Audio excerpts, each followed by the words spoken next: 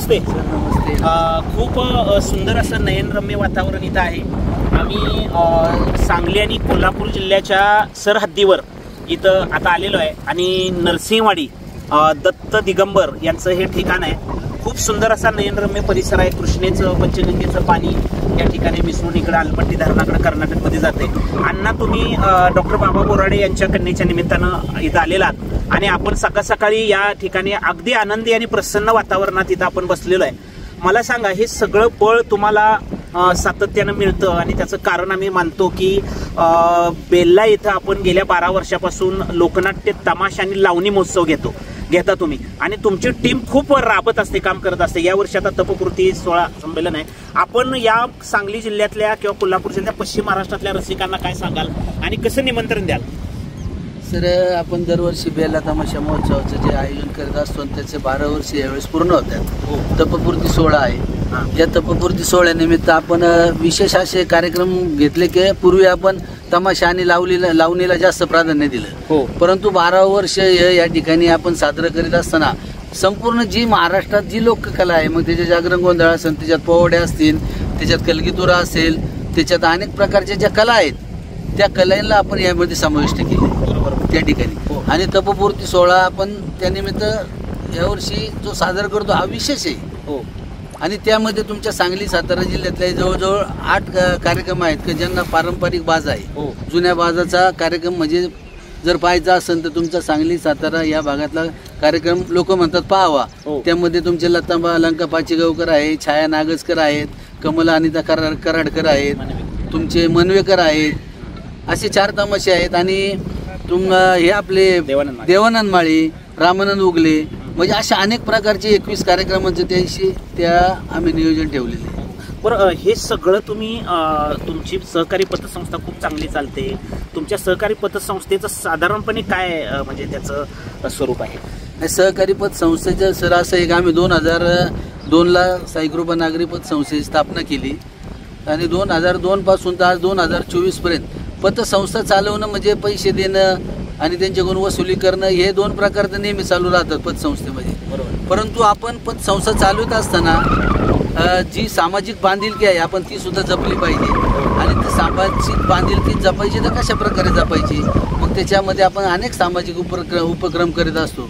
पण त्यातला त्यात हा उपक्रम जो आहे हा महाराष्ट्रभर प्रसिद्ध झाला. तुम्हाला सांग, हा उपक्रम करीत असताना का ज्या लोकांनी, ज्या कलावंतांनी बेल्ले गावचं नाव संपूर्ण महाराष्ट्रामध्ये केले, अशा कलाकार लोकांची पुण्यतिथी साजरा करण्याचं नियोजन मी आणि आमच्या संचालक मंडळाने ठरवलं. मग त्यामध्ये आमचे संचालक दत्ता माडिक पुणेकर, ज्यांना महाराष्ट्रात कुठं कुणी ओळखत नाही असा प्रकारच नाही, मग त्यांच्या पुण्यतिथीनिमित्त आम्ही दरवर्षी तो महोत्सव साजरा करण्यासाठी नियोजन केलं. पहिल्या वर्षी 2 वर्ष आम्हाला कमी रिस्पॉन्स लागला, परंतु 2-4 वर्षानंतर आज तपपूर्ती 16 आहे सर.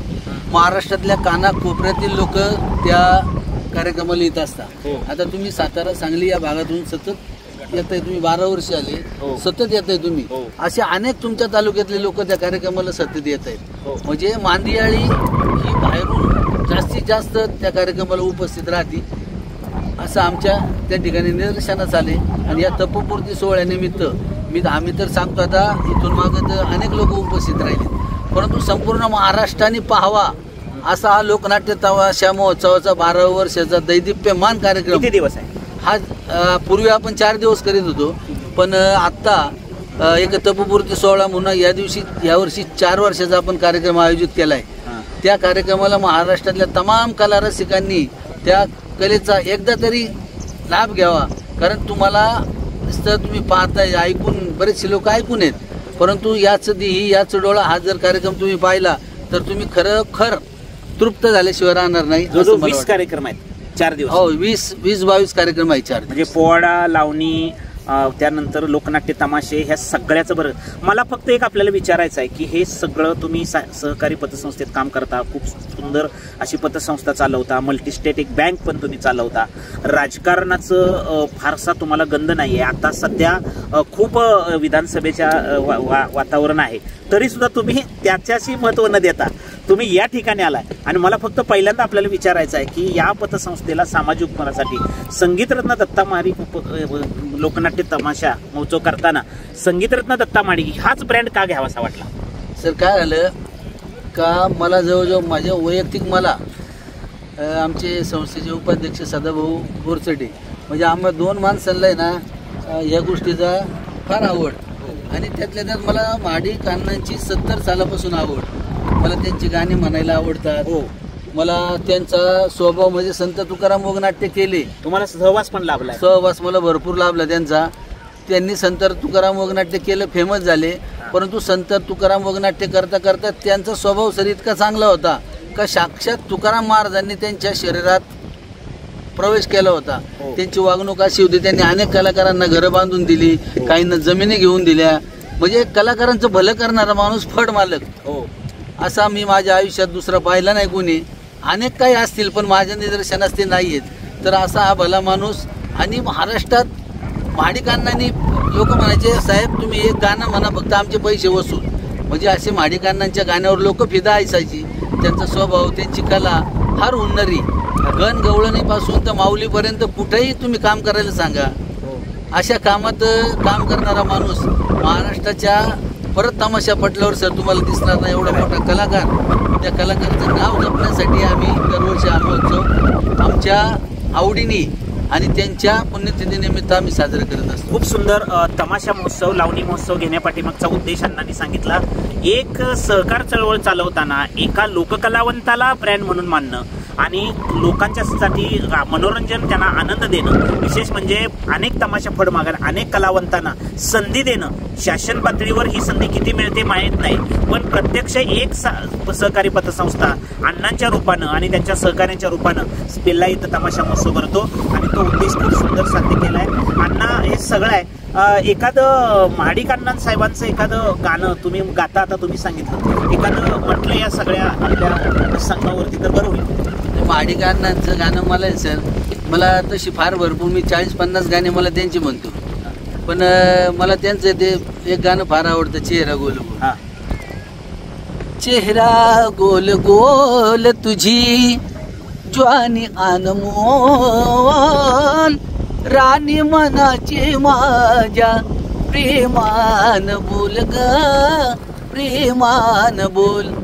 राणी मनाची माझ्या प्रेमान बोल ग, प्रेमान बोल. बघू नको कानी दृष्टी, नको होऊ मनात कष्टी. बघू नको कानी दृष्टी, नको होऊ मनात कष्टी. सांभाळ ध्यानात ठेव गुणी, भैयाचे बोल ग, प्रेमान बोल. चेहरा गोल गोल तुझी ज्वानी अनमोल, राणी मनाची माझ्या प्रेमान बोल ग, प्रेमान बोल. खूप सुंदर अण्णा, तुमची गाणी, या सगळ्या माडिक अण्णांची गाणी आणि तुम्हाला जी एनर्जी मिळते आणि तुम्ही जे सामाजिक काम करता याला महाराष्ट्रात तोड नाही आणि याची दखल शासन पातळीवरती खरोखर घेतली गेली पाहिजे. समाज तर आता घेतोय, तुमच्याविषयी सकारात्मक भूमिका खूप महाराष्ट्र बोलतोय आणि त्या दृष्टिकोनातून आपण इथं आलेलो आहे. हा सगळ्या परिसरामध्ये आपण सगळ्यांनी आनंद घेतलाय आणि भेटूया आपण. धन्यवाद.